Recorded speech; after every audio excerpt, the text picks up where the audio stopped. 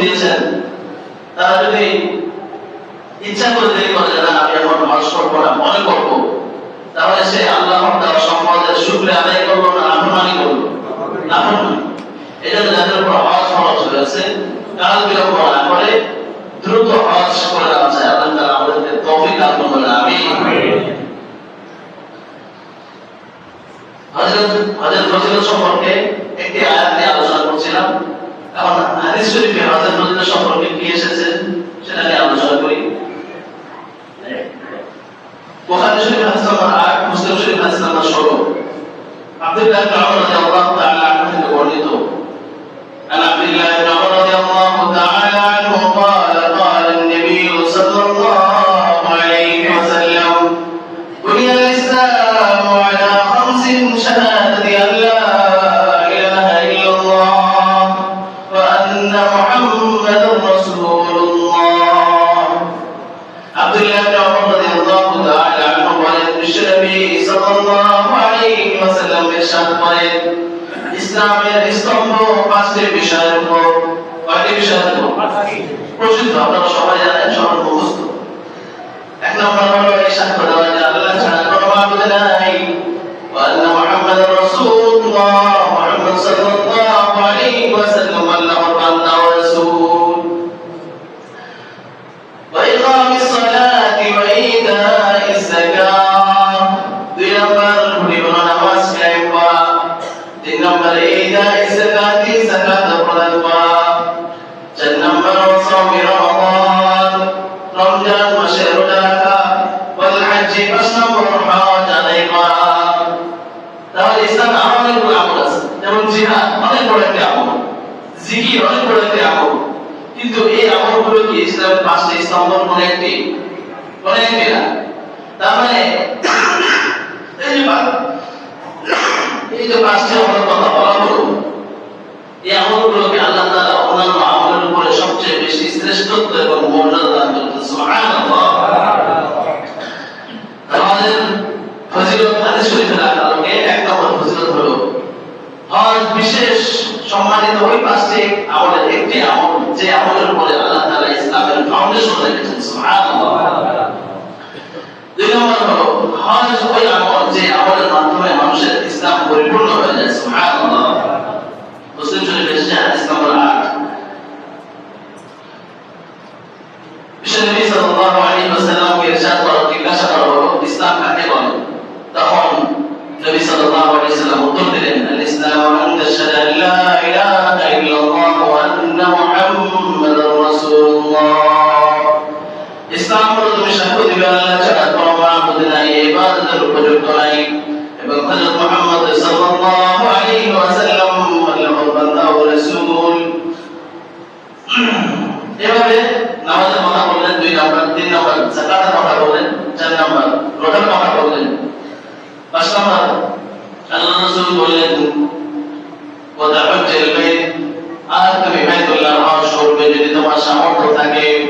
সাহাবী জিজ্ঞাসা করলেন ফাইদা ফাআলতু ফাআনা মুসলিমুন, এই কাজগুলো যদি আমি করি তাহলে কি আমি পরিপূর্ণ মুসলমান হয়ে যাব?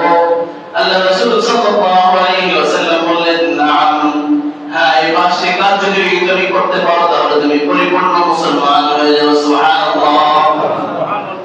তাহলে মানুষের ইসলাম পরিপূর্ণ হয়ে যাচ্ছে কিসের মাধ্যমে? যাদের হজ করার সামর্থ্য আছে, হজ করার মাধ্যমে। আপনি হজ করতেছেন না সামর্থ্য থাকা সত্ত্বেও, তাহলে আপনার ইসলাম পরিপূর্ণ হচ্ছে, আপনি পরিপূর্ণ মুসলিম নন। সময় আমি সংক্ষেপে বলতেছি। 3 নম্বর ফজিলত হলো যারা জিহাদ করতে পারে না, বয়স্ক ব্যক্তি, দুর্বল অসুস্থ ব্যক্তি, মহিলা ব্যক্তি, তারা যদি হজ এবং উমরা করে তাহলে তাদেরকে আল্লাহ রাব্বুল আলামিন জিহাদ করার সমান সওয়াব দিবেন। সুবহানাল্লাহ। হাদিস নাসাই শরীফে এসেছে হাদিস নাম্বার 2626, মুসনাদ আহমদ ইবনে হাম্বল হাদিস নাম্বার 9459, মুআজ্জাম আওসাত আত-তাবরানী হাদিস নাম্বার 8751। عن ابي هريره رضي الله تعالى عنه قال قال النبي صلى الله عليه وسلم جهاد الكبير والضعيف والمرأة الحج والعمرة. أبو هريرة رضي الله تعالى عنه تكاد النبي صلى الله عليه وسلم জিহাদুল কাবীর বয়স্ক ব্যক্তিদের জিহাদ হলো মুদাইফিন যারা অসুস্থ ব্যক্তি জিহাদ করতে পারে না তাদের জন্য জিহাদ হলো ওয়াল মারাতি মহিলা মানুষ যারা জিহাদে যেতে পারে না তাদের জন্য জিহাদ হলো আল হজ্জ ওয়াল উমরা হজ এবং উমরা করা সুবহানাল্লাহ বুখারী শরীফ হাদিস নাম্বার 2875 মুসনাদ আহমদ হাদিস নাম্বার 25328 উম্মুল মুমিনিন আয়েশা রাদিয়াল্লাহু তাআলা আনহা থেকে বর্ণিত বিষয় নবী সাল্লাল্লাহু আলাইহি সাল্লাম ইরশাদ করেন আমাদের আয়েশা আল্লাহর রাসূলের কাছে অনুমতি চাইলেন আর আয়েশা রাদিয়াল্লাহু আনহা قالت استأذنت النبي صلى الله عليه وسلم في الجهاد আয়েশা রাদিয়াল্লাহু আনহা বলেন আমি আল্লাহর রাসূলের কাছে অনুমতি চাইলাম যে আমি জিহাদে যেতে চাই আমিও জিহাদে যেতে চাই فقال جهادكم الحج بالشرف نبي عربي رحمة للعالمين বলেন ও মহিলারা ও নারীরা তোমাদের জন্য জিহাদ হলো হজে যাওয়া সুবহানাল্লাহ তো মহিলারা যদি হজে যায় তাহলে তারা হজের পাশাপাশি হজের সওয়াব পাবে জিহাদের সওয়াব লাভ করবে সুবহানাল্লাহ চার নম্বর ফজিলত আব্দুল্লাহ ইবনে মাসউদ রাদিয়াল্লাহু আনহু বর্ণিত তিরমিজি শরীফ হাদিস নাম্বার 810 নাসাই শরীফ হাদিস নাম্বার 2631 মুসনাদ আহমদ হাদিস নাম্বার 36659 عن عبد الله بن مسعود رضي الله عنه قال قال النبي صلى الله عليه وسلم تابعوا بين الحج والعمرة فإنهما ينفيان الفقر والذنوب كما ينفي الكير خبث الحديد عبد الله بن مسعود رضي الله تعالى عنه يشهد عن النبي صلى الله عليه وسلم قال تابعوا بين الحج والعمرة ثم هاجروا عليكم فإنهما ينفيان الفقر والذنوب هاجر عمرة মানুষের গুনাহকে একদম মিটিয়ে দেয় সুবহানাল্লাহ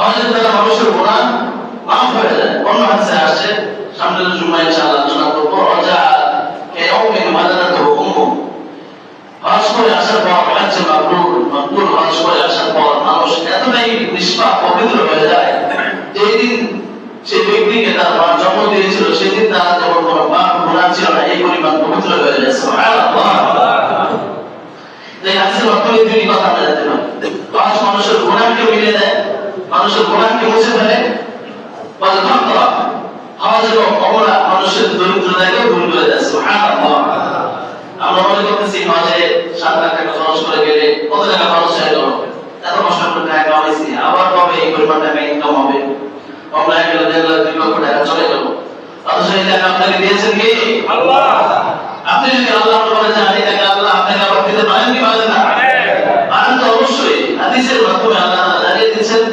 ফাইনাহুমা ইয়ানফিয়ান আল-ফাকর ওয়াদ-দুনুব হজ এবং উমরা মানুষের দরিদ্রতাকে দূর করে দেয় সুবহানাল্লাহ হজ এবং উমরা মানুষকে ধনী বানিয়ে দেয় যারা বলেন সুবহানাল্লাহ আল্লাহ রাব্বুল আলামিন আমরা কেমন আছি যে জীবনে 1.5 লাখ টাকা 2 লাখ টাকা খরচ করি না একদম রিকশাওয়ালা অটোওয়ালা ছেলের বিয়েতে মেয়ের